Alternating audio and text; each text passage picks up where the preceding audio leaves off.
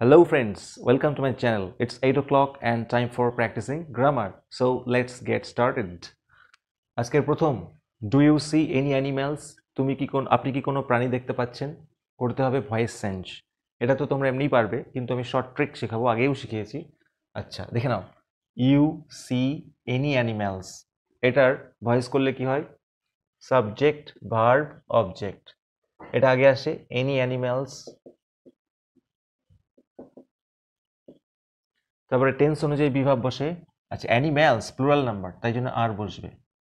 Next ভার্বের third form see, saw, seen, তারপরে by এবং সবশেষে সাবজেক্টই অবজেক্ট। ইউ থাকলে ইউই হয়। Any animals are seen by you, কিন্তু আমাদের এটা কিন্তু প্রশ্নবাচক আছে, অর্থাৎ ডু দিয়ে প্রশ্নটা আছে।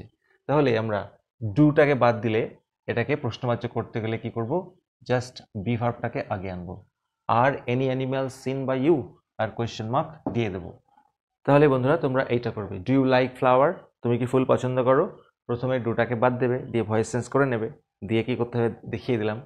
Next, very important grammar, they have too much to take in. তাদের অনেকটা বেশি আছে গ্রহণ করার মতো, করতে হবে ভয়েস।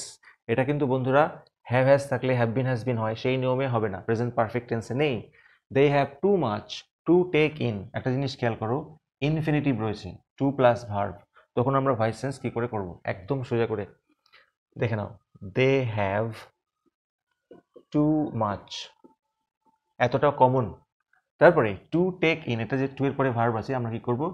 টু বসাবো, তারপর একটা বি বসাবো, টু বি, আর ভার্বের third form take, took taken, taken in, এখানে ভার্ব হচ্ছে take in. They have too much to be taken in, তাহলে একটা টাস্ক দিচ্ছি,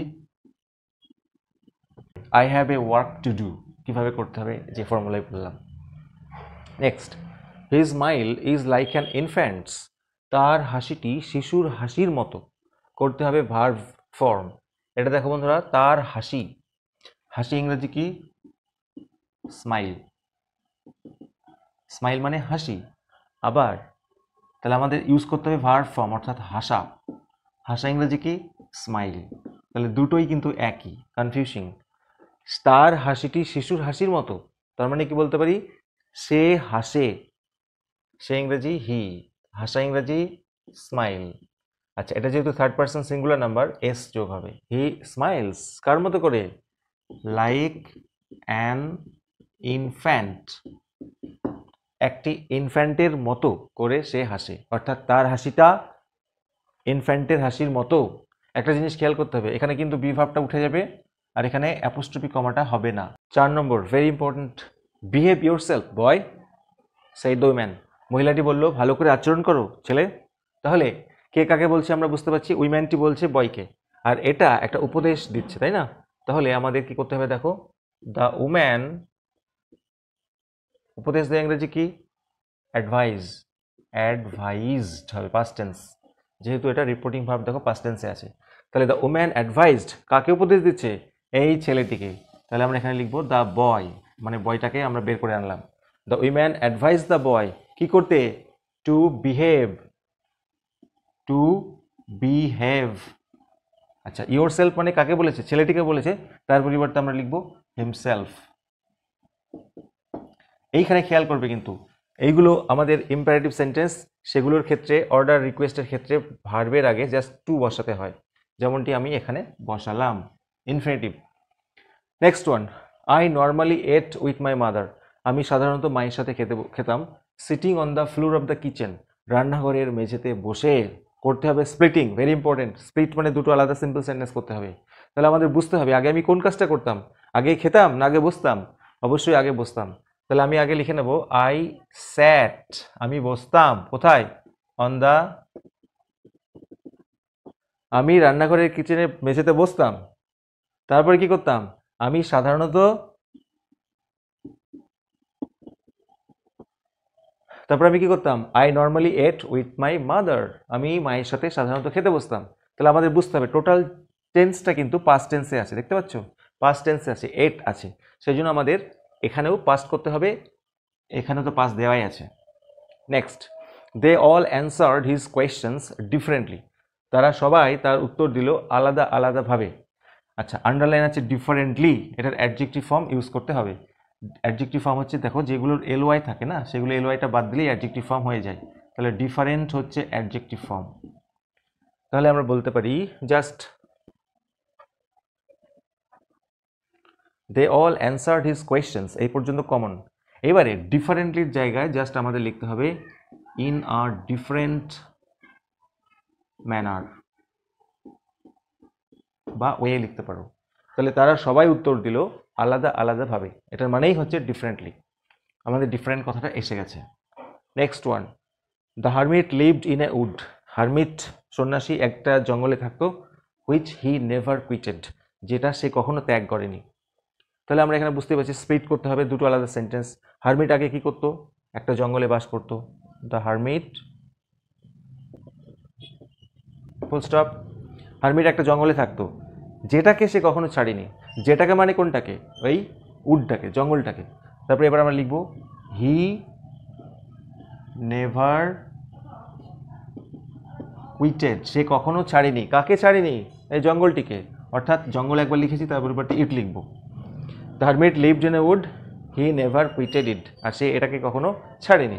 তাহলে হুইচ উঠে গেল, তার পরিবর্তে এখানে ইট লিখলাম।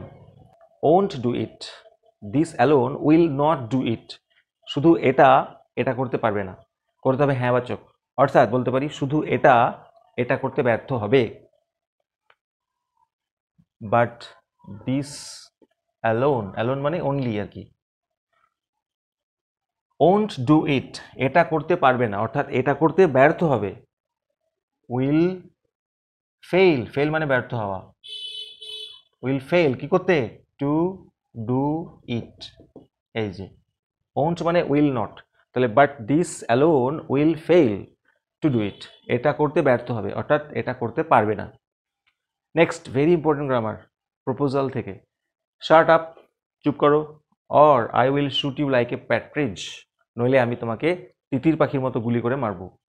দেখেছো, ডু অর ডাই, তোমরা ছোটবেলায় করেছো, ডু অর ডাই, করো নইলে মরো। এটা করতে হয় কি করে, অ্যাডভার্ব ক্লাস করে। যদি তুমি না করো, if you do not do you will die, যদি তুমি না করো তুমি মরবে। তাহলে এখানে অর দিয়ে জয়েন করা আছে, অর দিয়ে জয়েন করা আছে। কমপ্লেক্স করতে বললে কি করবে, অবশ্যই ইফ দিয়ে বা আনলেস দিয়েও করতে পারো, আমি ইফ দিয়ে শেখাচ্ছি। তাহলে যদি তুমি চুপ না করো, if you don't shut up, comma দিয়ে দেবে। তাহলে কি হবে, I will shoot you like a partridge. তাহলে বোঝা গেল, যদি তুমি চুপ না করো, অথবা unless you shut up, unless মানেই যদি না, তখন আমরা ডোন্ট কথাটা ইউজ করবো না। দেখে নেবো 10 নম্বর একটি, Natalia said to Lomov, Natalia লোমভকে বলল হোয়াটস দ্য ম্যাটার, ব্যাপারটা কি। বন্ধুরা দেখতে হেভি সোজা, কিন্তু অনেক সময় ছেলেবেলে বা স্টুডেন্টরা গন্ডগোল করে ফেলে। দেখে নাও কীরকম হবে। অবশ্যই প্রশ্নবাচক আছে, তাই জন্য জানো তোমরা কী করতে হবে। নাতালিয়া আস্কড, সেইড টু বা সেইড থাকলে আস্কড হয়, কাকে জিজ্ঞেস করলো, লোমভকে। Natalia asked Lomov. আচ্ছা, এবারে রিপোর্টেড স্পিচটি দেখো ডব্লিউএইচ ওয়ার্ড দিয়ে আছে, হু, হুইচ, হোয়াট ইত্যাদি, তাহলে সেটাই বসে যাবে হোয়াট। এরপরে গন্ডগোলটা করে কি, কি বসাবো বুঝতে পারে না। What's the matter, what's the matter মানে হোয়াট ইজ দ্য ম্যাটার। বন্ধুরা আগে সাবজেক্ট বসবে, এখানে দ্য ম্যাটার হচ্ছে সাবজেক্ট, তাহলে হোয়াট দ্য ম্যাটার। এরপরে দেখো এখানে বিভার্ব আছে, ইজ, ইজটা পরে যাবে। ঠিক করলাম কি না, এদিকে যেহেতু পাস্ট টেন্সে আছে, আমাদের এদিকেও পাস্ট করতে হবে। ইজের পাস্ট ফর্ম কি বন্ধুরা, ওয়াজ। তাহলে Natalia asked Lomov what the matter was, ম্যাটারটা আগে বসবে সাবজেক্ট যেহেতু, আর বিভাবটা পরে বসবে টেন্স অনুযায়ী চেঞ্জ হয়ে, হোয়াট দ্য ম্যাটার ওয়াজ।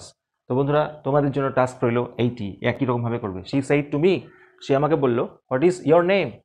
বুঝতে পারছো, আজকে ভিডিও যদি একটু কাজের মনে হয় অবশ্যই লাইক দেওয়ার, চ্যানেলে যারা নতুন অবশ্যই সাবস্ক্রাইব করে রাখো নোটিফিকেশন পাওয়ার জন্য এবং 100% প্রিপারেশনের জন্য। Thank you so much for watching.